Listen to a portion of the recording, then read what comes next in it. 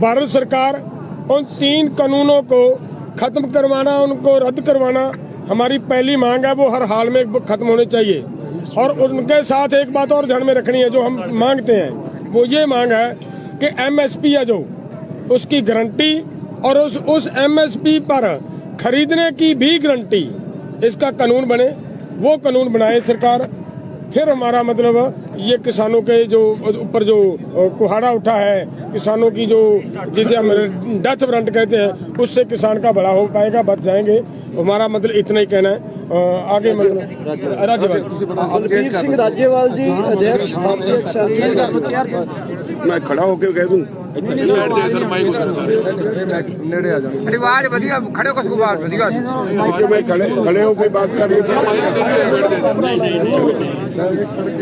थोड़ा मुंह से ऐसे मैं थोड़ा एक्सप्लेन करने की कोशिश करूंगा कि हमारा जो बुनियादी जो शंके हैं, हमें मोदी सरकार कहती है कि ये कानून हम किसान के भले के लिए लाए। 13 तारीख को मीटिंग हुई, मंत्री 3 थे, उसमें हमारा सवाल था कि कौन से किसान ने आपसे ये भला करने की डिमांड की थी या कौन सी ऑर्गेनाइजेशन ने भला करने की डिमांड की थी। दूसरा, उन्होंने वो कहते हैं कि जी हम तो बिचौलियों को निकालने के लिए हमने ये कानून लाए हैं। तो हम कहते हैं डिफाइन बिचौलिया। हमारे पंजाब और हरियाणा का marketing system this is one of the best in the world. तो वहाँ पे जो आड़ती है वो क्या करता है, हम ट्राली लाते हैं, वो खाली करवाता है, उसको उसकी सफाई करवाता है, उसको रेट लगवा के खरीद एजेंसी से फिर उसको बोरियों में भर के उनको ट्रांसफर करता है, तो सारी पेमेंट लेके किसान को देता है। अगर वो 1500 रुपए खरीदे और 1925 का बिल बनाए फिर तो बिचौलिया हुआ। उसने ये सारी सर्विस दी, उसके लिए उसने अपना कमीशन ले लिया। He service provider, he is not बिचौलिया। बिचौलिया आप बिचौलिए के दबाव में है क्योंकि आपने डिफेंस में बिचौलिए रखे हुए हैं।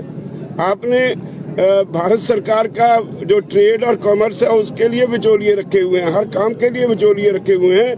भारत सरकार का कहीं भी कोई भी सौदा हो बगैर बिचौलिए के नहीं होता, इसीलिए उनके दिमाग पे चढ़ा है। लेकिन हमारे यहाँ जो है वो ही सर्विस प्रोवाइडर, इज नॉट बिचौलिया। अगली बात, वो कहते हैं कि जी हमने जो कानून बनाया है, हमने एक देश एक मंडी बना दी। ग्राउंड रियलिटी ये है कि 1976 में हमने एक एजिटेशन लड़ा जब जोनल रिस्ट्रिक्शंस थी, हम पंजाब से बाहर गेहूं नहीं ले जा सकते थे। 1450 किसान 40-40 दिन जेल गए और दूसरी तरफ एक हाई कोर्ट में केस डाला जिसने नवंबर 76 में फैसला दे दिया कि सरकार किसी भी किसान को रोक नहीं सकती, वो अपनी पैदावार देश के किसी भी कोने में कितनी मात्रा में जब जी चाहे वो ले जा सकता है। उसको आप स्टॉकिस्ट भी नहीं कह सकते क्योंकि वो अपना खून पसीना बहा के पैदा करता है। तो 77 में जब जनता सरकार आई तो पहला पार्लियामेंट का रेजोल्यूशन है कि देश में सारे देश का एक जोन होगा। हमने पूछा कि बिहार से पैडी पंजाब में आती है, यूपी से पंजाब में आती है, यूपी से गेहूं पैडी पंजाब और हरियाणा में आती है, कोई पाबंदी नहीं। हम अपना किन्नू बंगाल में बेंगलोर में बेचते हैं, कोई पाबंदी नहीं। हमारा यहाँ तक दिल्ली तक हमारी पहुंच है। हम किसान की सब्जी मंडी आजादपुर में लाते हैं, कोई पाबंदी नहीं। प्याज, केला, संतरा महाराष्ट्र से सारे देश में जाता है, कोई पाबंदी नहीं। सेब हिमाचल से, जम्मू कश्मीर से सारे देश में जाता है, कोई पाबंदी नहीं। आपने क्या नया काम किया? एक्चुअली कोई पाबंदी है नहीं। अपने कॉर्पोरेट्स को खुश करने के लिए उन्हें और कोई लॉजिक नहीं मिलता था तो कहा कि हमने तो जी एक देश एक मंडी दे दी। रियलिटी ये है कि एक देश दो मंडियां बना दी। एक मंडी है which is governed bye APMC act, किसी कानून के तहत 100 साल से वो काम कर रही है, जो ट्राइड एंड टेस्टेड है, हर किसान को उसकी समझ है। एक मंडी जो इन्होंने बनाई उसमें कायदा कानून ही नहीं, कोई भी आदमी उसे कोई लाइसेंस की जरूरत नहीं, वो सिर्फ अपने पैन कार्ड से या कोई भी गवर्नमेंट ऑफ इंडिया के जो अधिकारित डॉक्यूमेंट हाउस से कहीं भी कितनी भी क्रॉप किसी किसान से खरीद सकता है, खेत से खरीद सकता है, घर से खरीद सकता है। इसका मतलब ये हुआ कोई अमीर आदमी 4 गांव की गेहूं खरीद के ले जाए, बाद में पेमेंट ना करे, कोई प्रोविजन नहीं कि हम उसके खिलाफ कोर्ट में जा सकते हैं। सिर्फ एसडीएम के पास जाएंगे, एसडीएम भी कुछ नहीं करेगा, वो रिकंसिलिएशन बोर्ड बनाएगा। रिकंसिलिएशन बोर्ड जिस पार्टी की सरकार होगी उसके लोगों का होगा, वो अपने अपोनेंट को हरास करेंगे, तो उसके खिलाफ कोई कार्रवाई नहीं अगर नहीं हुई तो फिर डिप्टी कमिश्नर के पास जाएगा, इससे आगे वो किसी कोर्ट में नहीं जा सकता। तो हमने कहा ये किसान को लूटने की एक अलग चाल है। सेक्शन वाइज हमने टोटल सारे एक्ट्स को भारत सरकार के मंत्रियों से डिटेल में डिस्कस करके उनको डॉक्यूमेंट साथ दे दिए। आज तक सरकार के पास उसका कोई जवाब नहीं। दूसरा, वो कहते हैं कॉन्ट्रैक्ट एग्रीकल्चर के लिए हमने एक नया कानून दे दिया। हमारे पास मिसाल है, हम गन्ना बेचते हैं तो हमारा शुगर मिल से कॉन्ट्रैक्ट होता है, शुगर मिल वाले 2-2 साल पैसे नहीं देते, किसान उसका क्या बिगाड़ लेता है, एजिटेशन करनी पड़ती है और 8.5% रिकवरी पे गन्ने का दाम तय होता है। अगर रिकवरी ज्यादा हो जाए तो in the end of the year उसकी एवरेज रिकवरी के हिसाब से एडिशनल गेन प्राइस देने का प्रावधान एक्ट में है, कभी किसी ने नहीं दी। तो ऐसे एग्रीमेंट जो आप हमारे करवाओगे उनके उसमें लिख दिया कि वो एग्रीमेंट रद्द कर सकता है अगर जब क्रॉप आएगी उसकी क्वालिटी पे, उसमें जो पेस्टिसाइड रेसिड्यू है उस बहाने, किसी ना किसी बहाने वो रद्द करेगा। तो जो उसको खाद वगैरह जो उसके लिए पैसा दिया होगा किसान को, उसके लिए वो जाएगा एसडीएम के पास, उसने उसके खिलाफ लिख दिया। ये कहते हैं कि कुर्की नहीं होगी जमीन की, लेकिन जो सेक्शन 15 में लिखा है कुर्की नहीं होगी, उसके अगले सेक्शन में लिखा है कि अगर एसडीएम उसके खिलाफ किसान के खिलाफ फैसला दे दे, that amount can be recovered under land revenue act. Land revenue act का मतलब है कुर्की होगी, वो भी झूठ बोलते हैं। तो इसेंशियल कमोडिटीज एक्ट में अमेंडमेंट करके टोटल खुली छूट दे दी। हमारे से खरीदेंगे गेहूं 1900 रुपए, स्टॉक करके रख लेंगे, जब कंज्यूमर के पास जाएगा उसकी कोई स्टॉक लिमिट नहीं, कोई उसका हिसाब चेक नहीं करना, जब कंज्यूमर के पास जाएगा वही 7000 रुपए क्विंटल बिकेगी। ये आज हमारे देश के कंज्यूमर में समझ में ना आए, लेकिन in the long run consumer भी मरेगा, प्रोड्यूसर भी मरेगा। हम सरप्लस मार्केट में है पंजाब में, व्हीट और पैडी सबसे ज्यादा पैदा करते हैं। अगर गवर्नमेंट की खरीद बंद हो गई, ये कहते हैं एमएसपी रहेगी, एमएसपी रहेगी उस वक्त तक जब तक सरकारी खरीद रहेगी, जब तक उनका कंपटीटर जो पुराना सिस्टम है वो रहेगा। जिस दिन पुराना सिस्टम खत्म हो गया, मार्केट छोड़ गया, तो उसके बाद वो अपने गजों से नापेगा। जो कॉर्पोरेट हाउस है वो अपनी मर्जी से खरीदेगा, दाम क्रैश कर जाएंगे, स्टेट की इकोनॉमी भी जाएगी, किसान भी जाएगा। धन्यवाद साथियों। अभी नाम नहीं बताया जी आपने। बलबीर सिंह राजेवाल, प्रेसिडेंट भारतीय किसान यूनियन पंजाब। सर तो अभी क्वेश्चन आंसर का क्योंकि सनसेट हो रहा है, क्वेश्चन आंसर ले लेते हैं। 3 स्पीकर हमारे बोल दिए। अध्यक्ष जी जो हमारे आज थे उनसे जिससे भी पूछना चाहते हैं प्लीज। राज्यपाल साहब एक इल्जाम लगता लगातार कि जो थोड़ी एजिटेशन चल रही है ये कितने कितने कांग्रेस ਇਸ ਨੂੰ ਸਪਾਂਸਰ ਕਰ ਰਹੀ ਹੈ। ਇਸ ਤਰ੍ਹਾਂ ਦੇ ਇਲਜ਼ਾਮ ਲੱਗਦੇ ਆ ਬੀਜੇਪੀ ਦੇ ਲੀਡਰਾਂ ਵੱਲੋਂ, ਨਾਲ ਹੀ ਕੁਝ ਕੱਟੜਪੰਥੀਆਂ ਦੇ ਹੋਣ ਦੀ ਵੀ ਗੱਲ ਕਹੀ ਜਾਂਦੀ ਹੈ। ਕੀ ਕਹਿਣਾ ਸਰ? ये दोनों बातें गलत है। हमने कभी पिछले 2 महीने रेलवे ट्रैक्स पे बैठे रहे, किसी भी पॉलिटिकल पार्टी को हमने अपनी स्टेज इस्तेमाल नहीं करने दी। इनके पास और कोई जवाब नहीं तो कोई ना कोई तो इल्जाम लगाएंगे ही। जहाँ तक कट्टरपंथियों का सवाल है, हमारा उससे कोई वास्ता नहीं, ना ही कट्टरपंथियों का इस आंदोलन से। ये किसानों पे ये दब्बा लगाते वक्त मैं समझता हूँ इतनी बड़ी बेशर्मी सरकार कर नहीं सकती। ਰਾਜੇਵਾਲ ਸਾਹਿਬ ਅੱਜ ਦਾ ਜਿਹੜਾ ਡਿਸੀਜਨ ਹੈਗਾ ਤੁਹਾਡਾ, ਉਹ ਐਜੀਟੇਸ਼ਨ ਹੁੰਦੀ ਹੈ ਦੇ ਵਿੱਚ ਨਾਰੇ ਲੱਗਦੇ ਖਾਲਿਸਤਾਨ। इतनी बड़ी गैदरिंग में लोग आ जाते हैं कई बार एक्सप्लॉइट करने को, लेकिन ओवरऑल ये स्थिति कहीं नहीं है। आप मिलके देख सकते हो, वो सीधे साधे किसान हैं जो यहाँ आए हैं, उनको अपने फ्यूचर का फिक्र है, इसलिए वो यहाँ आए बैठे हैं। जो ऐसे लोग हैं वो बड़े तेज होते हैं, वक्त का फायदा उठाने के लिए आते हैं, लेकिन हमारी कोशिश है कि हम ऐसे लोगों को चेक करते रहें। आज हमने कुछ कमेटियां भी बनाई हैं वॉलंटियर्स खड़े रहेंगे जगह जगह पे। आज बना दी है कमेटियां ऐसे लोगों को सबको चेक करने की। ਅੱਜ ਦਾ ਜਿਹੜਾ ਡਿਸੀਜਨ ਹੈਗਾ ਤੁਹਾਡਾ 3 ਦਸੰਬਰ ਦੀ ਮੀਟਿੰਗ ਸੀ 3 ਦਸੰਬਰ ਦੀ ਮੀਟਿੰਗ ਸੀ 26 27 ਤੋਂ ਪਹਿਲਾਂ ਜਿਹੜਾ ਬੁਲਾਵਾ ਆਇਆ ਸੀ ਕਿ ਉਸ ਨੂੰ ਨਾਮਨਜ਼ੂਰ ਕੀਤਾ ਗਿਆ ਜਾਂ ਚਿੱਠੀ ਉਸ ਤੋਂ ਬਾਅਦ ਆਈ ਸੀ ਜਦੋਂ ਇੱਥੇ ਧਰਨੇ ਲੱਗ ਜਾਂਦੇ ਉਸ ਨੂੰ ਨਾਮਨਜ਼ੂਰ ਕੀਤਾ? ਥੋੜਾ ਕਲੀਅਰ ਕਰ। फिर आपको शायद मालूम नहीं 3 सितंबर को इस एग्रीकल्चर सेक्रेटरी की मीटिंग थी। उस दिन मंत्री भेज दिए पंजाब में, हमें बुला लिया यहाँ। हम उस मीटिंग में वॉकआउट कर गए थे। उसके बाद 13 नवंबर को यहाँ मीटिंग थी। उसमें 3 मंत्री थे, पीयूष गोयल, नरेंद्र सिंह तोमर और सोम प्रकाश। 3 मिनिस्टर थे। सारा दिन 3.5 घंटे हमने बहस की। उनके पास कोई जवाब नहीं। लेकिन उसके बाद आज जो मीटिंग उन्होंने हमें कल कहा था कि आपके साथ मंडे को उन्होंने बोला था मीटिंग करेंगे विदाउट एनी कंडीशन। जब लेटर आई तो उसमें कंडीशन डाल दी, इसलिए हमने उसको रिजेक्ट कर दिया। ਅੱਜ ਦਾ ਜਿਹੜਾ ਡਿਸੀਜਨ ਹੈ ਰਾਜੇਵਾਲ ਸਾਹਿਬ ਉਹ ਤੁਹਾਡੀਆਂ ਪੰਜਾਬ ਦੀਆਂ ਜਿਹੜੀਆਂ 30 ਜਥੇਬੰਦੀਆਂ ਹੈਗੀਆਂ ਉਹਨਾਂ ਦਾ ਹੈਗਾ ਹੀ ਇੱਥੇ ਅੱਜ ਦਾ आरएसएस के एक समर्थक नेता शिव कुमार कक्का भी आपके आंदोलन में देखे गए हैं। क्या ये आरएसएस ट्राई तो नहीं कर रही है आपके आंदोलन में घुसने के लिए? नहीं, वो अपनी आरएसएस मैं क्लियर कर देता हूँ मैं क्लियर कर देता हूँ इस बात को। शिव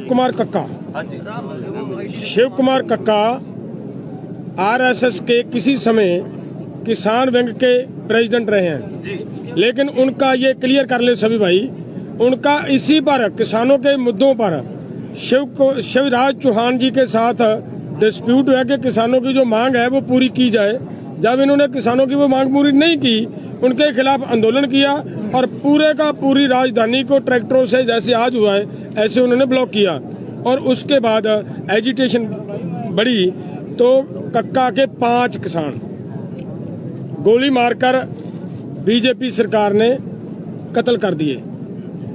तो बताएं हमारे जिस तो शिवराज चौहान से पर्सनल रंजिश का मामला भी बता नहीं कि बीजेपी की दूसरी मुझे लगता है इतना आंसर काफी है। डोंट गो नहीं कक्का जी के साथ सुनिए, कक्का जी के साथ जोड़ के एक और एडिशन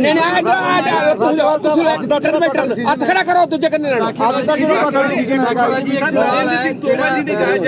ਐਕਟਰੈਸ ਆ ਮੁਕੇਸ਼ ਖੰਨਾ ਤੇ ਇੱਕ ਹੈਗੀ ਆ ਕੰਗਣਾ ਰਣੌਤ। ਉਹਨਾਂ ਦੋਨਾਂ ਨੇ ਕਮੈਂਟ ਕੀਤਾ ਹੈ। ਮੁਕੇਸ਼ ਖੰਨਾ ਨੇ ਕਿਹਾ ਕਿ ਕਿਸਾਨ ਆਗੂ ਜਿਹੜੇ ਇੱਥੇ ਬੈਠੇ ਨੇ ਇਹ ਸਾਰੇ ਲੋਟੂ ਨੇ, ਇਹਨਾਂ ਨੂੰ ਦੇਸ਼ ਦੇ ਅੰਨਦਾਤਾ ਨਹੀਂ ਕਿਹਾ ਜਾਣਾ ਚਾਹੀਦਾ, ਰੈਡੀਕਲ ਨੇ। ਤੇ ਜਿਹੜੀ ਕੰਗਣਾ ਰਣੌਤ ਹੈ ਉਹਨੇ ਸਾਡੀਆਂ ਬੀਬੀਆਂ ਤੇ ਟਿੱਪਣੀ ਕੀਤੀ ਜਿਹੜੀਆਂ ਕਿਸਾਨ ਸੰਘਰਸ਼ ਨੇ ਕਿ ਉਹ ਸਾਰੀਆਂ 100-100 ਰੁਪਏ ਦਿਹਾੜੀ ਦੇ ਲਿਆਂਦੀਆਂ ਗਈਆਂ ਨੇ। ਦੇਖੋ ਜਿਹੜੇ ਅੰਨਦਾਤੇ ਦਾ ਪੈਦਾ ਕੀਤਾ ਅੰਨ ਖਾ ਕੇ ਇਹੋ ਜਿਹਾ ਪਾਪ ਕਰ, ਇਹੋ ਜਿਹਾ ਪਾਪ जो ऐसे जो अन्नदाता का पैदा किया अन्न पानी खा के ऐसी बातें करते हैं। एक्चुअली वो लुक्रेटिव लाइफ जीने वाले लोग हैं, उनको पता ही नहीं गांव की लाइफ कैसी है। तो वो मेंटली बीमार है, वो मेंटली बीमार है, वो उसकी हम निंदा करते हैं। मेंटली बीमार है।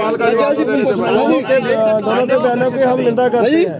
नरेंद्र सिंह तोमर जी ने अभी बयान दिया है, उन्होंने बोला है कि किसान जो है बातचीत की बात करे, प्रदर्शन की बात ना करे, धरने की बात ना करे। अरे वो क्या बात है, इतनी देर से हम प्रदर्शन करते आ रहे हैं, बातचीत करते नहीं, क्या करें? और हम सर माइक से या तो बीच में कोई बैठा हुआ। अच्छा चलो ऐसे है जो हमने नेगोशिएशन से कभी इतराज नहीं किया। हम सितंबर में अभी 13 तारीख को 2 बार हम नेगोशिएट कर गए और अपना केस पूरे का पूरा उनको इन राइटिंग भी दे गए। नरेंद्र सिंह तोमर ने 3 तारीख की लेटर डाली जब हम पंजाब से चल पड़े। तो कल हमें कहा गया कि मंडे को मीटिंग होगी, उसके कोई कंडीशन नहीं होगी। आज कंडीशन लगा के लेटर भेज दी। तो हमें कोई शौक नहीं है एजिटेशन करने का। वो हमारी मांगे मान ले, हम चले जाएंगे घर को। ਅੱਜ ਦਾ ਜਿਹੜਾ ਡਿਸੀਜਨ ਹੈਗਾ ਤੁਹਾਡਾ ਇਹ ਜਿਹੜਾ ਤੁਹਾਡੀ 30 ਜਥੇਬੰਦੀਆਂ ਦਾ ਪਲੇਟਫਾਰਮ ਹੈਗਾ ਉਹਦਾ ਹੈ ਤੇ ਬਾਕੀ ਜਿਹੜੇ ਜਥੇਬੰਦੀਆਂ ਹੈਗੀਆਂ ਉਹਨਾਂ ਦਾ ਇਸ ਦੇ ਵਾਸਤੇ ਕੀ ਉਹ ਹੈ ਤੇ हरियाणा ਤੇ राजस्थान ਦੇ किसान मैं बताता हूँ इसके बारे में। ये बात स्पष्ट होना चाहिए, जैसे हमारे अध्यक्ष जी ने बात किया है कि कॉल है संयुक्त किसान मोर्चे का। पंजाब में संघर्ष ज़्यादा है, ज़्यादा लोग हैं, इसीलिए हमारा ये आपत्ति भी है कि इसको गवर्नमेंट बोल रही है पंजाब के किसान ही ज़्यादा तड़प रहे हैं, बाकी जगह आज देख लो हरियाणा के किसान बैठे हैं, यूपी के किसान आए हैं तो बुराड़ी में, वहाँ गाजीपुर जो वो है बॉर्डर है वहाँ बैठे हैं, मध्य प्रदेश राजस्थान से मेधा पाटकर के साथ कितने लोग आए थे। सो ये संयुक्त किसान मोर्चे की कॉल है।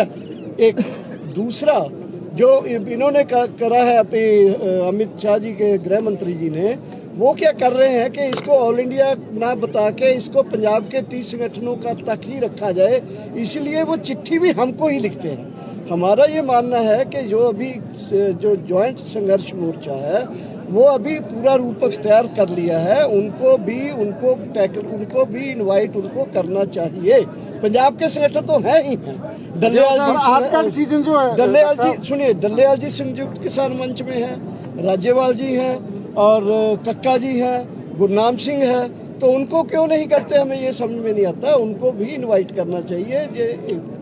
हम तो 30 जाएंगे ही जाएंगे, हमको तो बुलाना ही बुलाना है, लेकिन उनको क्योंकि ऑल इंडिया मूवमेंट हो गया है, ऑल इंडिया को भी साथ ही करना चाहिए। आज का डिसीजन जो है, आज का डिसीजन जो है, आए बात करने आपसे या आप लोग दिल्ली जाके बात करने को तैयार हैं? एक बात सुनिए, हमने अपनी मांगे रखी है, हम नहीं चाहते कोई मीटिंग दे, वो हमारी मांगे मान ले, ऐलान कर दे कि जो तीनों कानून हैं जो किसान विरोधी हैं वो हमने वापस ले लिए हैं। वो ऐलान करे कि जो बिजली का ऑर्डिनेंस है वो वापस लिया। वो ऐलान करे कि जो किसानों पर 1 करोड़ का जुर्माना, 5 साल की सजा का जो ऑर्डिनेंस वापस लिया, वो ऐलान कर दे, हम चले जाएंगे। हमें मीटिंग का शौक नहीं है। टेबल पे जाओगे या नहीं, सवाल तो है कि टेबल पे जाओगे? हर वेले जाएंगे, हर वेले जे विदाउट कंडीशन कॉल आएगी केंद्र सरकार की तो हम एक्सेप्ट करेंगे और जाएंगे।